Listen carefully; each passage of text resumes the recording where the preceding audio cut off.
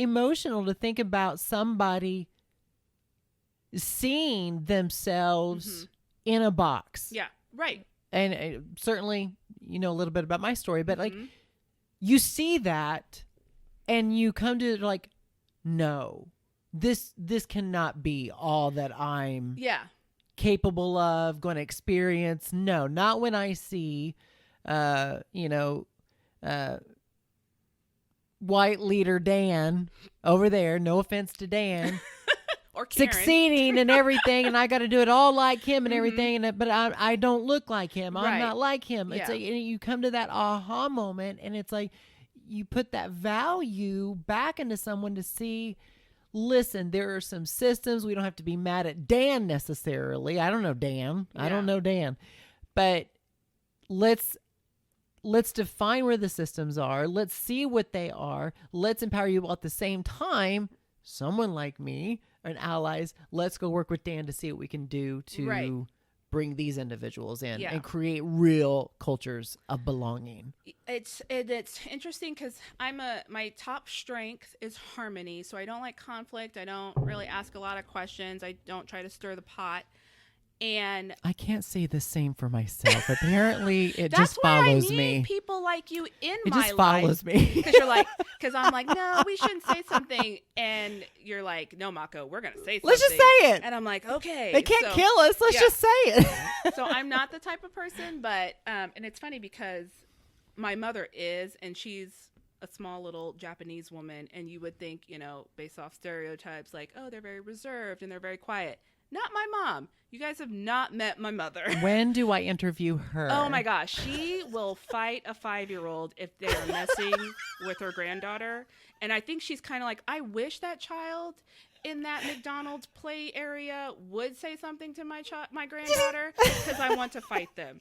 And I'm like, oh my God. Like this was my upbringing. Yeah. Like this is her. But I don't have that spirit in me. Right. My father was the reserved one. Right. And Okay. quiet, doesn't ask questions. And so I think not seeing. He's like, it's just a 5-year-old. Calm down. It's hilarious, but it's why I love her. But I think growing up and not seeing somebody that looked like me in leadership positions, it's, and it wasn't even like a gender thing. I didn't even see like people who looked mixed, and I was like, but I didn't think about that. I didn't process that growing up, even in college. And I think that's why I never saw myself in those positions. Like people are like, why don't you apply for this? And I'm like, no, I don't think I'm qualified enough. Or, oh, this is a really great opportunity. You should pursue this. And I'm like, no, I don't think I would get in, or I had a lot of self-doubt. And I feel like, well, maybe if I would have seen more people who look like me in those roles, maybe I would have been like, you know what? I can do that. But it just wasn't visually represented for me. So I feel like our students thinking those same things, that if I don't see somebody who looks like me, what does that mean? Am I going to be able to, break the glass ceiling and get into those positions? Do they have this self-doubt?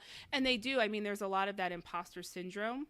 Yes. With our young people. Yes. And I found that in some of the interviews we did with them. We have summer interns, and we hire our own Kaufman scholars to be our interns over the summer.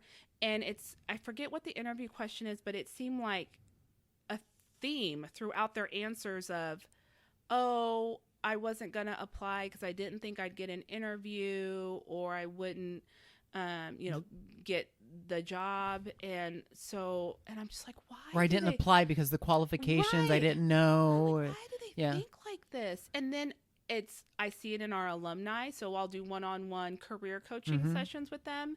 And they're like, Miss Mako, I'm thinking about doing this, but I don't know. And so I just say, you know what? Okay, I'm just going to have a conversation with them. We're going to talk it out. And as we talk, they start to like come to this realization of, oh, I can do this. Yeah. I can apply for that position. I'm qualified, even if I don't meet every bullet point that they're, Right. wanting. I feel like I bring something to this position, and then making sure that they know how to communicate that Mm-hmm. when they apply. And so, yeah, I saw it with our active scholars and with our young professionals of just not really feel like they were going to be able to make certain moves. Even with your alumni, they're just yes. yeah. And it's like they have college degrees. Yeah.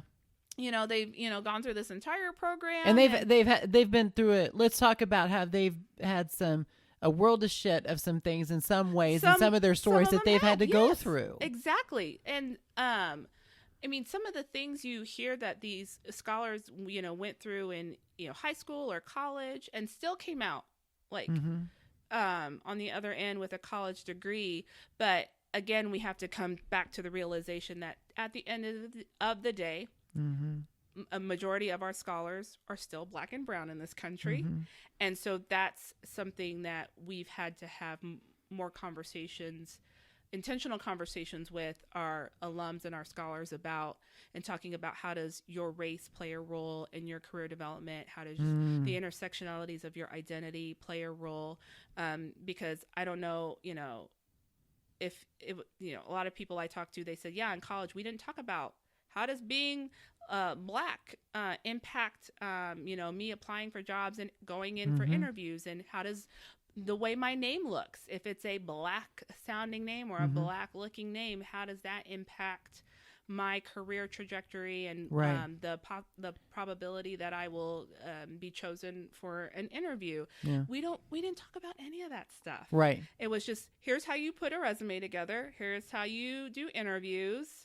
That's it. Like, best of luck. Go out and go to the career fair, find an internship and a job. And we just never had those conversations. And we're finding more and more that those conversations are really important for students to, think about their identities and incorporating those into their experiential learning and the programming and development that we do for them. It's sad, but there's the empowerment it's so vital, because the sadness is the understanding that this is our lot in life. Still that kind of that mentality. And I have worked in an industry, in light industrial staffing, warehousing, temporary work, temp staffing, and majority 80 anywhere from 80 to 85% of the people that we were putting out into the workforce of these $9 to $11 warehousing jobs, assembly jobs, were people of color, Black and brown people. It just, I don't need a data tracking system to see that. Like, every person walking through our door. And what was interesting is, like, they kind of had the same mentality. Well, this is our lot in life. And I'm like, no, please. And so being able to help them in ways and coaching them along the way of just some basic skills of, do you know why, like, for instance, one gentleman didn't know about his paycheck, what was coming out of his paycheck. Yep. And taxes, and it had Medicare, and he is like, I don't understand why y'all are taking out my Medicare. I did not sign up for healthcare. And I'm like, okay, let me explain. Just sit down with him. But a lot of that development, and they didn't apply for some of the internal jobs that were available because they said, well, I didn't qualify. I go, you've been there every day, you've been out performing and everything. Apply for the job. Yeah. And sometimes they would get it, sometimes that they wouldn't. And what was so interesting is they just never felt they were at that level. Right. Yep. And what's interesting is it goes with a lot of what you said, like, you want to empower them. And even you didn't realize, like, what you're capable of, because you didn't just see representation and those things. But once you got up there, your moment was, I don't have to be a neurosurgeon to do some of these things. I don't have to, those kinds of stuff. And Michelle Obama kind of touched based on that level of that identity of marginalization within her book, when she was talking about, like, how does somebody from the area of Chicago where she was at, and living in this little apartment, but she had family, like, how was she ever going to be up there with everyone at in the big attorney in the Ivy League school and everything. She stressed out. She had to be perfect. Yes. Perfect. Right. But once she got up there, the aha moment was just like, and I gotta tell you, like once I got up here and she's in her interview, she's like, they weren't that smart. I know, right? Yes, they weren't that smart. I exact same. I feel like I have to be perfect. Like I have to meet. I'm like, oh, I don't meet this one bullet point on this job description. Because the moment you step out of line, you are, well, that's that group. Yes. Yep. And it's like, they're not that smart. And she felt, and I was like, we have to break that stigma. Yeah.